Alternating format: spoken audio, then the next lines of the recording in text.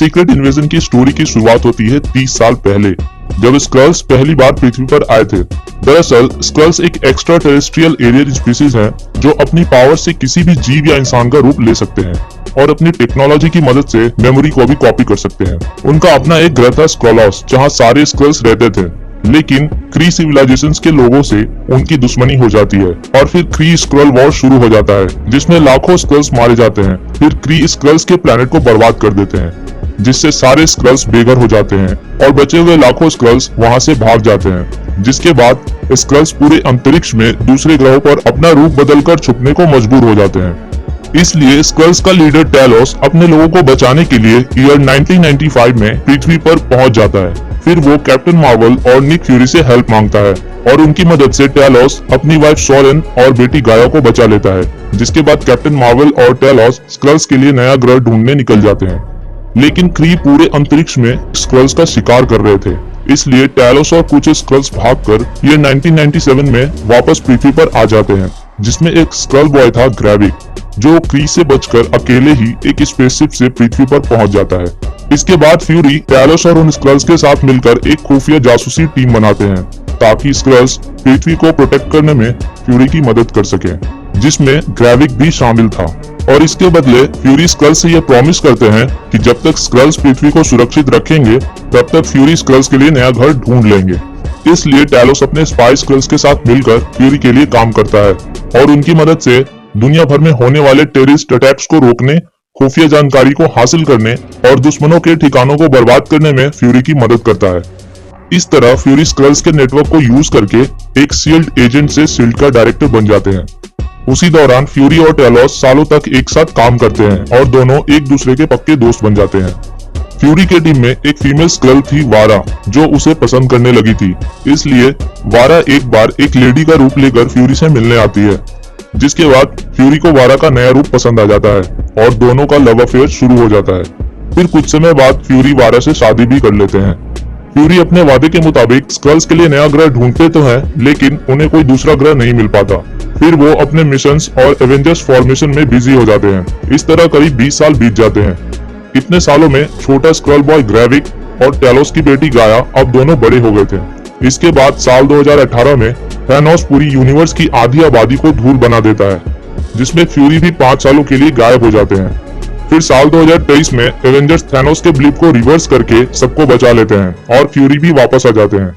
लेकिन फ्यूरी वापस आने के बाद से इस सोच में थे कि अगर कभी ऐसा वक्त आए जब एवेंजर्स पृथ्वी को बचाने के लिए ना हो और थैनोस की तरह कोई दूसरा एलियन पृथ्वी पर हमला कर दे, तब पूरी दुनिया को कौन बचाएगा।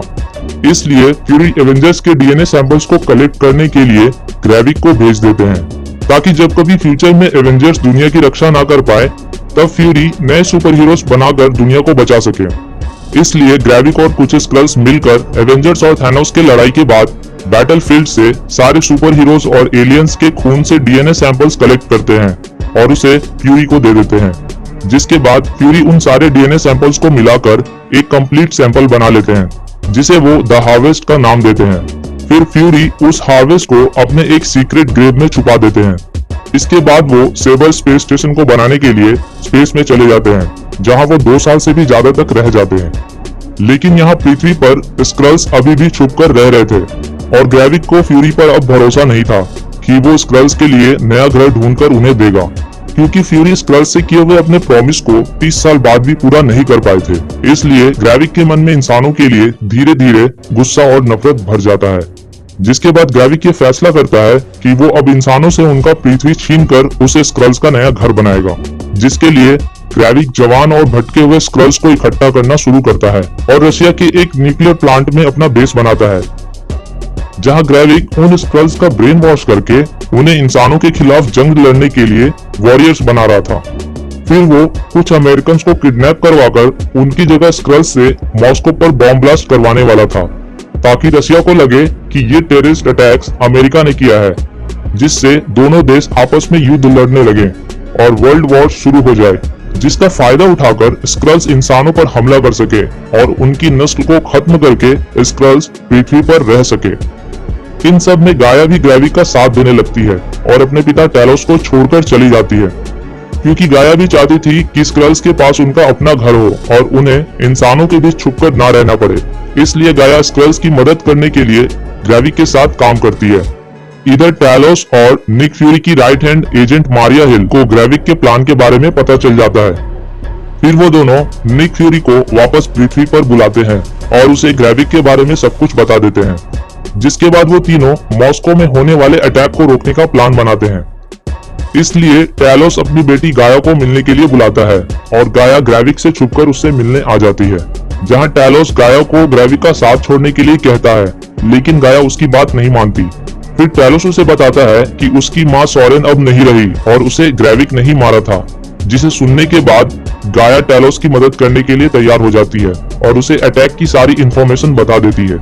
जिसके बाद फ्यूरी टैलोस और मारिया हिल के साथ मिलकर बॉम्ब ब्लास्ट को रोकने के लिए अटैक के लोकेशन पर पहुंच जाते हैं, लेकिन ग्रेविक ने पहले ही उन बॉम्ब्स को प्लांट करवा दिया था, इसलिए वो फ्यूरी के सामने ही सारे बॉम्ब्स एक्टिवेट कर देता है, जिससे वहां 3 बड़े बम धमाके होते हैं और 2000 से भी ज्यादा लोग मारे जाते हैं। इसके बाद ग्रेविक निक फ्यूरी का रूप लेकर मारिया हिल को शूट कर देता है और फ्यूरी की बेस्ट एजेंट मारिया हिल की मौत हो जाती है। तभी टैलोस वहां आता है और फ्यूरी को रशियन पुलिस से बचाकर अपने साथ ले जाता है। फिर फ्यूरी टैलोस से पूछते हैं कि वो उससे ऐसा क्या छुपा रहा है जिसकी वजह से ग्रेविक ये सब कुछ कर रहा है, क्योंकि फ्यूरी ये समझ चुके थे कि ग्रेविक कुछ स्क्रल्स के लिए इंसानों की पूरी नस्ल को खत्म नहीं करेगा। इसलिए टैलोस फ्यूरी को सच बताता है कि जब थैनोस के ब्लिप में पूरी दुनिया की आधी आबादी गायब हो गई थी, तब टैलोस ने अपने सारे लोगों को पृथ्वी पर बुला लिया था और करीब 10 लाख स्क्रल्स इंसानों को किडनैप करके उनकी जगह ले चुके थे। ये सुनने के बाद फ्यूरी बहुत ज्यादा गुस्सा हो जाते हैं, जिससे उनका टैलोस से झगड़ा हो जाता है और फिर टैलोस वहां से चला जाता है। इसलिए फ्यूरी कर्नल रूट्स से मदद मांगने जाते हैं, जो अब अमेरिकन प्रेसिडेंट के एडवाइजर बन चुके थे। लेकिन कर्नल रोड्स फ्यूरी की मदद करने से साफ इनकार कर देते हैं, क्योंकि असल में वो एक फीमेल स्क्रल थी, रावा, जो कर्नल रोड्स को किडनैप करके उनकी जगह ग्रेविक के लिए काम कर रही थी। इधर ग्रेविक ने एक मशीन बना लिया था जिससे वो स्क्रल्स को सुपर पावर्स देकर सुपर स्क्रल्स बना सकता था। इसलिए ग्रेविक एवेंजर्स की डीएनए से बनी द हार्वेस्ट को सालों से ढूंढ रहा था, ताकि उसकी मदद से ग्रेविक अपने साथ सारे स्क्रल वॉरियर्स को भी सुपर स्क्रल्स बना सके और एवेंजर्स को हराकर उन्हें खत्म कर सके। लेकिन ग्रेविक को हार्वेस्ट कहीं भी नहीं मिल पाता, क्योंकि हार्वेस्ट की लोकेशन सिर्फ फ्यूरी ही जानते थे। इसलिए ग्रेविक फ्यूरी को मौका मिलने के बावजूद जान से नहीं मारता, ताकि वो फ्यूरी की मदद से हार्वेस्ट तक पहुंच सके। इसके बाद फ्यूरी अपनी स्क्रल वाइफ वारा से मिलने जाते हैं, जहां उन्हें यह पता चलता है कि वारा भी ग्रेविक के साथ मिली हुई है और कर्नल रोड्स भी एक स्क्रल है, जिसके ऑर्डर पर वारा फ्यूरी को जान से मारने वाली थी। लेकिन वारा फ्यूरी से बहुत प्यार करती थी, इसलिए वो उसे नहीं मारती और लास्टली फ्यूरी का ही साथ देती है। जिसके बाद फ्यूरी और टैलोस दोनों दोबारा से एक साथ मिलकर काम करते हैं और अपने झगड़े को भूल जाते हैं। फिर वो दोनों स्क्रल रोडी का पीछा करते हैं और ग्रेविक के अगले अटैक लोकेशन पर पहुंच जाते हैं, जहां ग्रेविक के स्क्रल्स रशियंस का रूप लेकर अमेरिकन प्रेसिडेंट के कॉन्वे पर हमला कर चुके थे और ग्रेविक प्रेसिडेंट रिटसन को जान से मारने वाला था, ताकि अमेरिका को लगे कि प्रेसिडेंट को रशियंस ने मारा है, जिससे अमेरिका और रशिया के बीच युद्ध शुरू हो जाए। लेकिन फ्यूरी टैलोस की मदद से प्रेसिडेंट रिटसन को बचा लेते हैं। तभी ग्रेविक वहां आ जाता है और फ्यूरी के सामने ही टैलोस को मार देता है।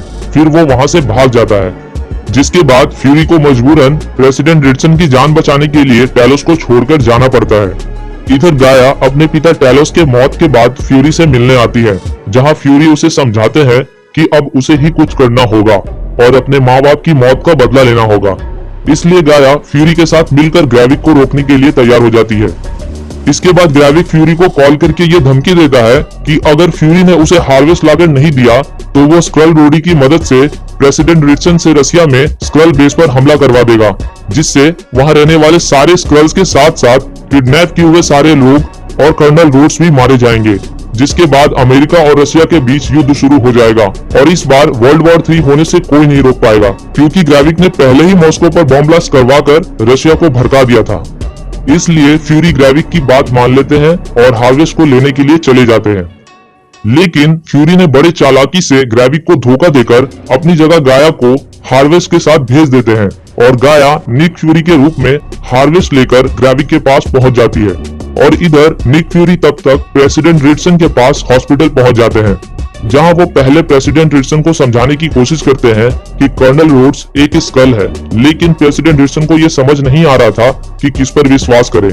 इसलिए फ्यूरी को ही स्कल रोडी को मारना पड़ता है, जिसके बाद प्रेसिडेंट रिचसन समझ जाते हैं कि ये सब कुछ स्क्रल्स ने किया है और फिर वो रशिया पर होने वाले अटैक को रोक देते हैं। उसी दौरान यहाँ गाया निक फ्यूरी के रूप में ग्रेविक को हार्वेस्ट दे देती है और ग्रेविक गाया को निक फ्यूरी समझकर हार्वेस्ट को मशीन के साथ एक्टिवेट कर देता है, जिससे ग्रेविक के साथ साथ गाया भी सुपर स्कल बन जाती है।